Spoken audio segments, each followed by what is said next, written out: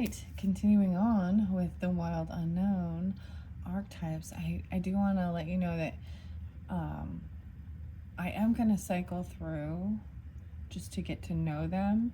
This is for fun, entertainment, educational, learning. If you get an uplifting message that helps you, wonderful, right? But let's see.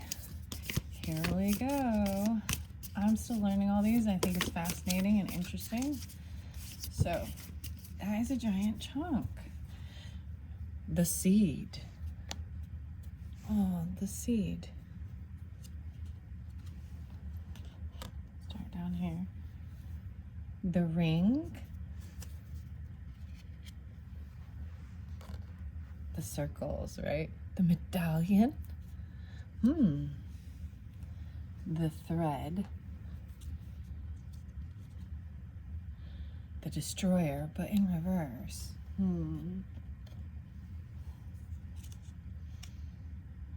The lovers. Oh. Kind of sideways. The warrior is upside down. The warrior seed goes, the seed planted. I'm just flowing them through, okay? The warrior's upside down, so I am going to read what it says inverted. The desert and the medallion. I find these fascinating, but both of these have something reaching. Like it's reaching. The hand is reaching. The medallion and the desert. The thread. The one. Wow. The nectar.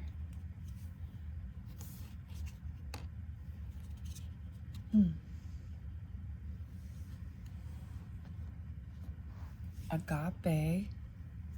Agape love. Mindful messages as well. I'm probably going to pull those two. This is so many. Oh my gosh, these go for so long.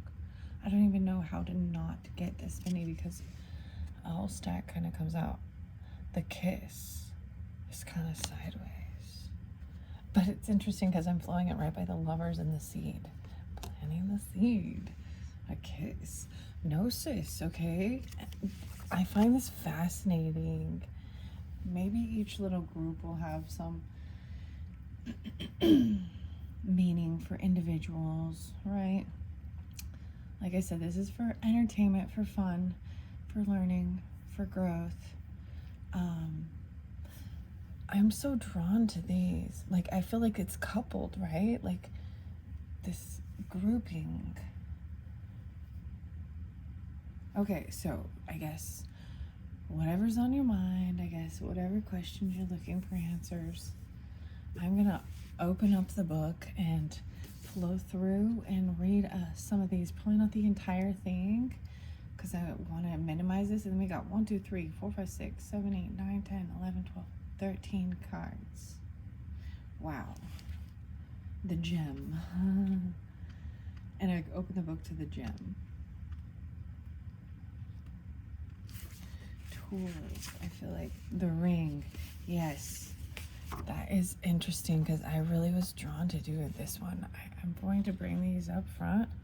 You got Gnosis, the ring, and the warrior, but the warrior's in reverse. Okay.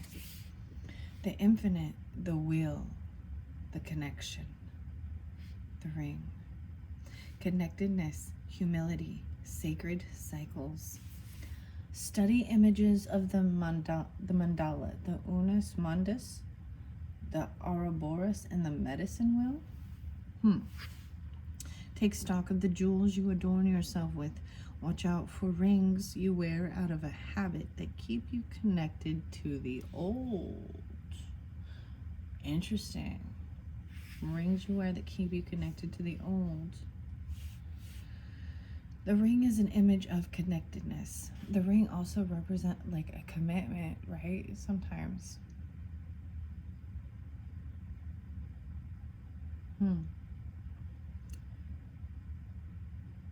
Connectedness, rather than viewing life as linear. As a series of progressive achievements, the ring challenges us to sense the cynical, infinite nature of our world and experiences. Beginnings and endings fall by the wayside as we practice seeing ourselves as part of the cosmic circulatory of creation.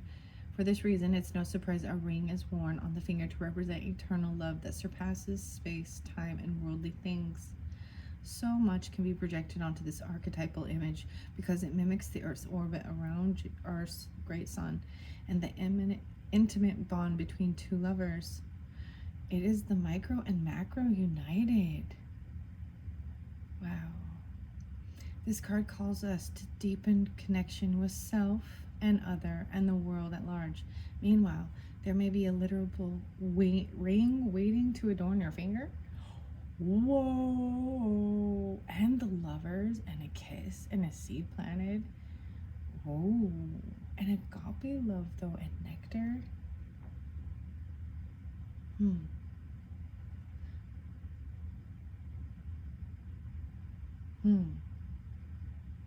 The one.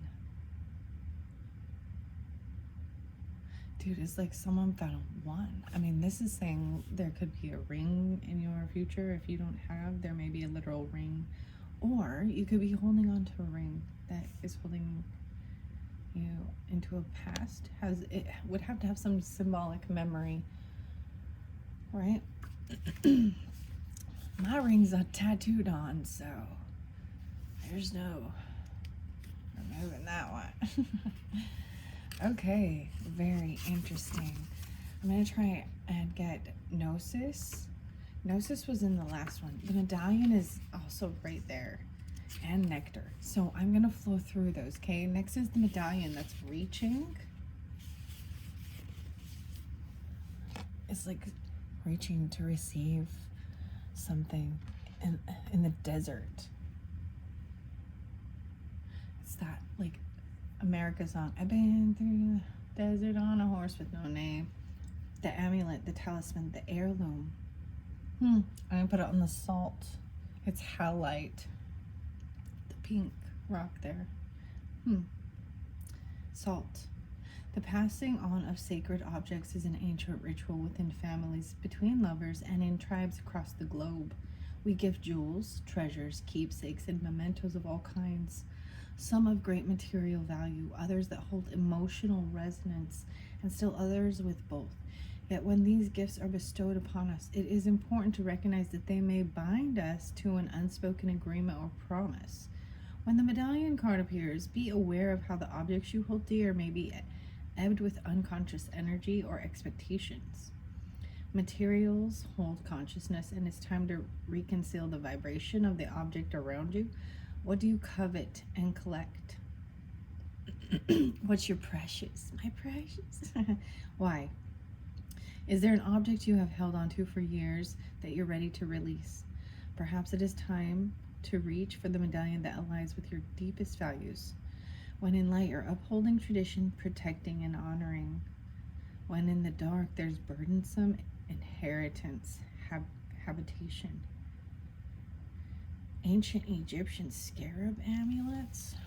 Imagine if you and your family, school, or social group had a crest, an emblem, or an amulet. What would it be? Draw it. Do you believe that objects contain supernatural properties? When have you experienced this to be true? That is a question that's assuming it is true. I think it could take you into the memory if it has an emotional tie through your imagination and your own psyche. The kiss. This one is over by the lovers and the seed. The touch. The chemistry. The sex. Okay. In light, there's sensual expressiveness, merging and inviting. If it's in the dark, there's neediness, pressure, dominance, and disrespect. Go deeper, watch Andy Warhol's 1963 film, Kiss. Write down the story of your first kiss. What was changed in that moment? Intimacy is multi-layered and requires our reflection. Revisit what you consider to be sensual, taboo, acceptable, shameful. Before a first kiss, the air is electrified. Wow, have you guys heard that song it's Just Loud? And it's called Electrified. It's pretty, and then there's the other one that's like Soul Train. I really like that. I don't know, it just kind of made me think of it. Each breath is alive with possibility and magic. What will their lips be like? Their tongue? Do they want me to return? Do they want me in return? Okay. This archetypal energy of the kiss is heightened sensation of merging with other, of letting in what was moments ago separate to become one. It is risky but beautiful business. These moments forever change us as we move past the solitary self toward union and acceptance. This card suggests true intimacy is around the corner, which requires bravery and surrender. When the kiss takes a non-human form, it may be experienced as touching the sacred, hearing a whisper, or being graced by a divine being. You will recognize the presence of the kiss by cold chills and an awakening of the heart. Wow. Okay. Nectar as well. Nectar's over there by the Agape. The one. Pretty sure. The medicine. The elixir. The garden. When in light, glowing, relaxed, subtle illumination. When in dark, fixation on fixing, aggressive approach to healing. Go deeper. The Wind, One Brilliant Day by Antonio Machado. Sense the nectar within you, dripping from the crown of the head and soothing the brain. Let it drip down the spine like sweet honey. The nectar, the mystic, and the Aletheia card are linked. It is the mystic who, like Krishna, turns poison into nectar, and it is truth that can often serve as a potent elixir for healing. In Hindu mythology, there is a miraculous substance known as amrit, or nectar, that contains infinite healing power. This golden nectar, or sacred elixir, is the drink of immortality, and like its sister substance, soma, is known to activate subtle intelligent forces that ease the mind, body, and spirit. Though esoteric, these images lead us to the central energy of this archetype, the sweet, potent, heavenly essence that lubricates our spirit back to life. The Nectar card calls us to identify and relish in places, practices, people, and activities that regenerate and heal. Medicine is needed, and it comes in subtle forms that you may be overlooking. Seek the most sensual, fragrant flower in the garden you have forgotten.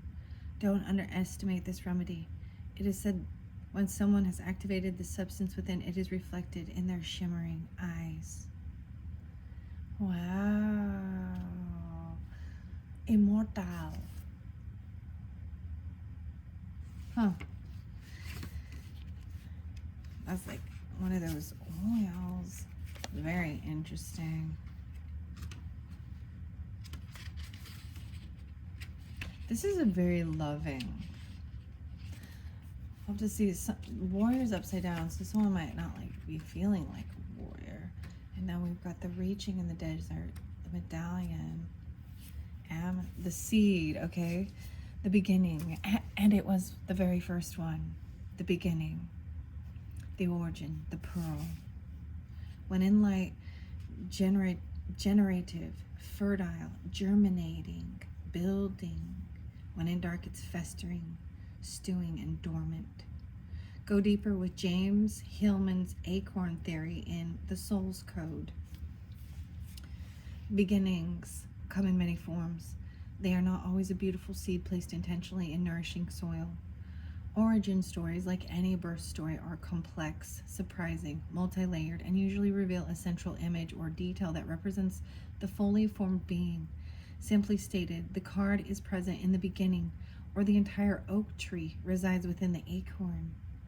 Whether you follow this imaginal theory or not, know that when this card appears, there is a potent generative energy all around you. It stirs your very insides and usually results in antsy, impatient feelings. Pay particular attention to what agitates you, as it is sure sign of growth to come. You're bumping up against a growth edge. It is from the grit that the pearl eventually comes to be. The pearl, the mother, the seed. Okay, very interesting. One of the alchemist's favorite images was the pearl. The irritant over time becomes the treasure. What's your grit? The kiss was off. Like it's off or something.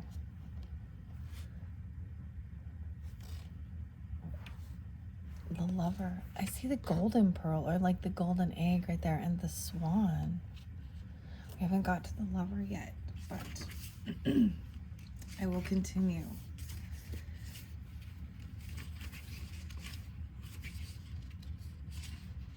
The thread right here. The rainbow's upside down in that. A red thread even. The path, the vein, the circuit. When light, the circuit of meaning within chaos. When dark, binding, frustrating, and taut. Go deeper by the sculptures of Eva Hesse. Life is a tangle. So much happens simultaneously and circuitously, leaving us grappling for meaning and direction in a network of distractions. When we connect to the energy of the thread, however, we strike the deepest vein in the body. Our whole being responds to its tug. Meaning is pumped through our bloodstream. Our mind and spirits are lifted. We remember who we are and what we came into this world to do. Though this happens on the most profound level, it could be the simplest incident that activates the thread. A song, an image, a conversation heard in passing. No matter how confusing and multi-layered our modern lives become, if we are connected to the thread, we are free. Being tethered to it is the only anchor our heart requires. Recall a moment in your life when you felt fully alive. The thread is waiting for you amid the details of that memory. You may think you have to find the thread and pull it. Imagine, though, that it's already tied around you, waiting for you to follow it home. Wow. The one. Very interesting. I think we're going to go to Agape now. The nectar even, and Agape. Makes me think of Agave as well, even though that's completely different, but Agave nectar. Tequila. This is devotion and unconditional love. The sweetness, the nectar, right? That fulfillment of like rejuvenation. It's like over the destroyer is trying to. Destroyer is also about just releasing, letting the past go for new. Sometimes people hold on to it and don't want to. Because there's always a beginning and an ending to different aspects of life.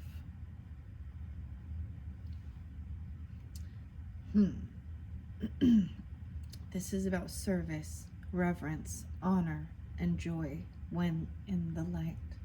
When dark, spiritual bypassing, and righteousness. Go deeper. Listen to children's choirs from around the world. What if instead of putting yourself at the center of your spiritual practice, you put God, goddess, or nature at the center? How would this change your approach? Such is the energy of Agape. It is alive when we are in awe and wonder, our breath taken away by the sacred force that surrounds us and asks for nothing in return. This card can indicate a spiritual initiation that stretches your capacity to love and serve. You sense the earthly as the heavenly and vice versa. Such an initiatory moment can appear in any form, and like a healing balm to the modern soul, its effects last a lifetime. The Agape card may also suggest you reassess what you worship every day, consciously or unconsciously. What are you evaluating? Elevating. What are you elevating? Where does the sacred ladder you climb ultimately lead? Agape can also be felt as an overwhelming love of family, partner, community. Recognize it by a deep swell of gratitude. The Greek word agape informs the English word agape. To have the mouth, agape is be awestruck by something of breathtaking delight. We are made humble once again.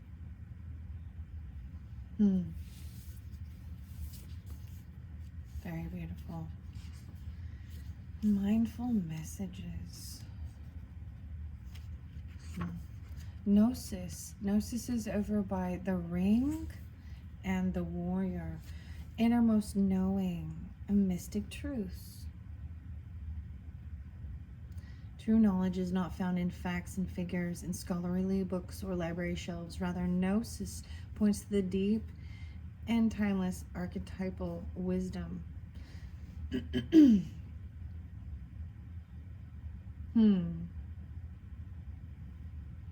It's where the term Gnosticism comes through. It's as well, isn't it?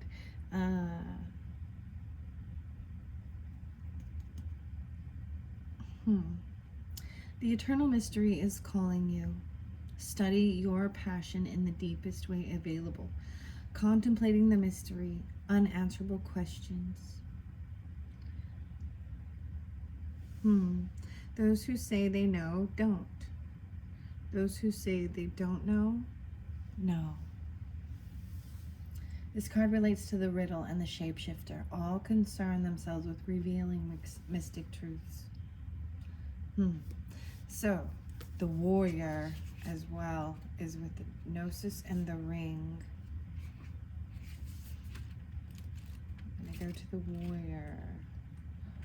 And there's the lover. I see the lover and the shaman. Okay, it stopped on lover first. The heart, the beloved, the devoted. When in light there is connection, expansion, devotion, and awe. When in dark there is indulgence, attachment, obsession. Contemplate Aphrodite.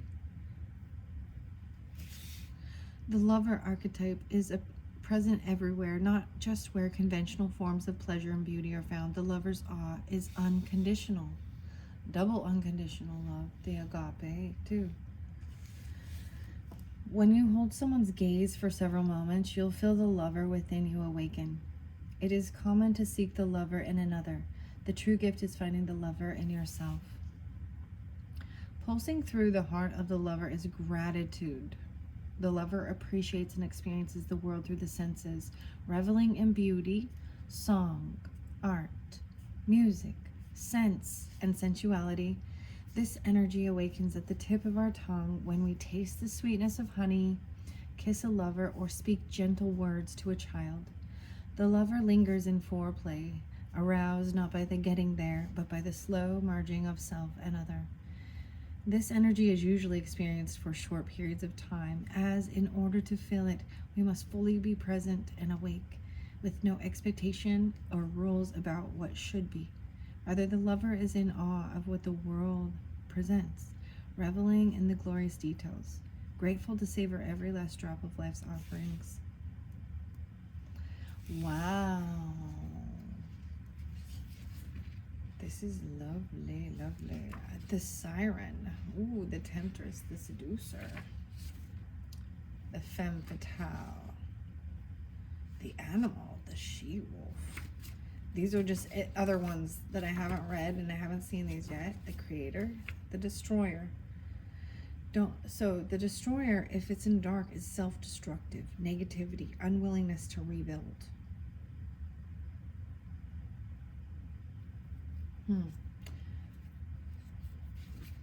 But this unconditional and agape, I mean, it's overpowering. It's like over it.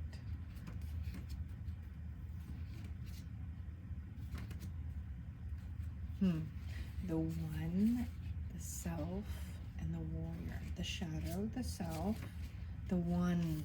Okay, the one is over here, as well as was next to the thread and the nectar.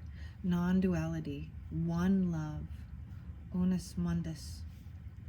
When in light, serves, loves, accepts, and resonates. When in dark, ignores, omits, and excludes. Go deeper. James Turrell's The Color Inside. The poem Self-Portrait by David White. The unus mundus is a circular representing the unity of existence. It is possible that the beginning and the end of all things is love. It is said that is the primordial sound of the universe, and that all other mantras are born from it. Simply imagining this possibility will activate the one. Our ability to experience this archetype firsthand is limited. It comes in brief and potent moments that we are left to savor for a lifetime. The one is both the energy that unites all living beings and our capacity to sense this intimate union. This archetype eludes us most of our lives, appearing as a concept in a distant galaxy. Yet when we are in the midst of its power, a solemn reverence falls across all the land. We glimpse ourselves in the vastness of all consciousness and are neither small nor large within that field. We are neither important nor unimportant. Our duality fades away and we are left with what is, the precious knowing that life is a gift and we are both the giver and the receiver of this fortune. Wow. Very, very beautiful. The places. The river, the forest, the ocean, the desert. Here we go, the desert. The drought, the wasteland, the badlands.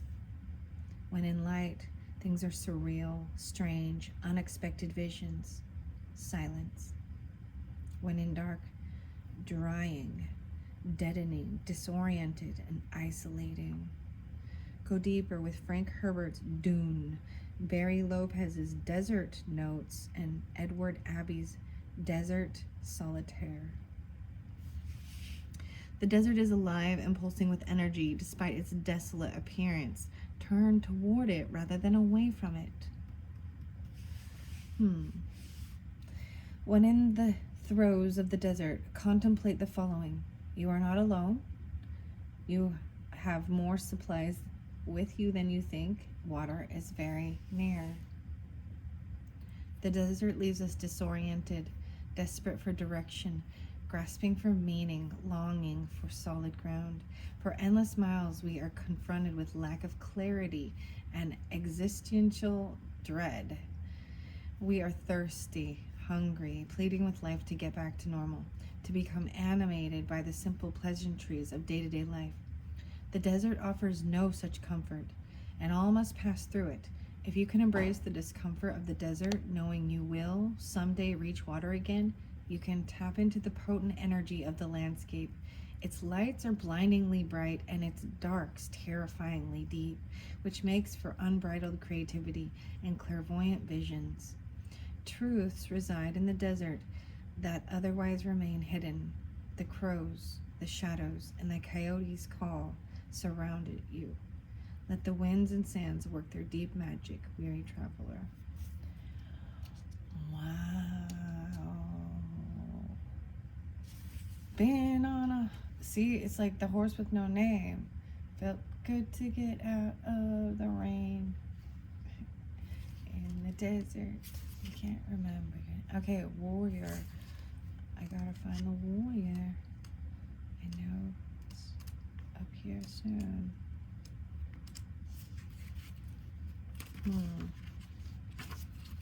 The judge, the shaman, the pilgrim,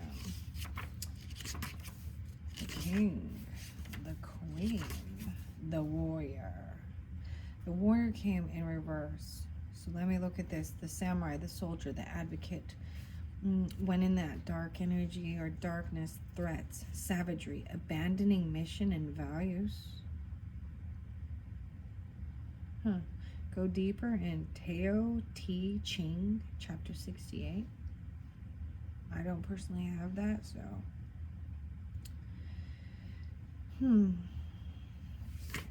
Without a true purpose, manifesto, or oath, the warrior is lost. What do you stand for? What are you willing to rise in the name of?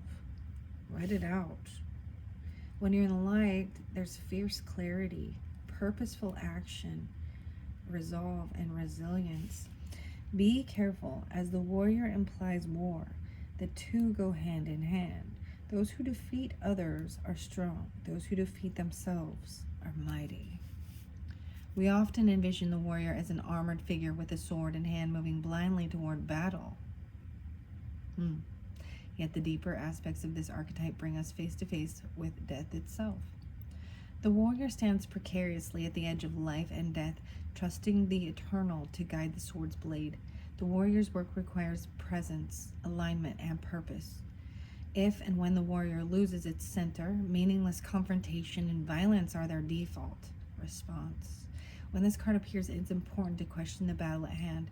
It is likely a great one, with deep roots and long-standing tension. The actions you take will stay with you long after the dust settles, so choose wisely, brave one. As you draw your sword, realign with the eternal wisdom within, then surrender to the battle. Wow. Got the ring, the gnosis, the contemplation. Wisdom. Wow, is that it? I think I got all of them. I sure did. That was quite a bit. Wow, it's over 30 minutes. These have gotten so long. Mindful messages. Be in the present. In this present moment, I have nothing to worry about.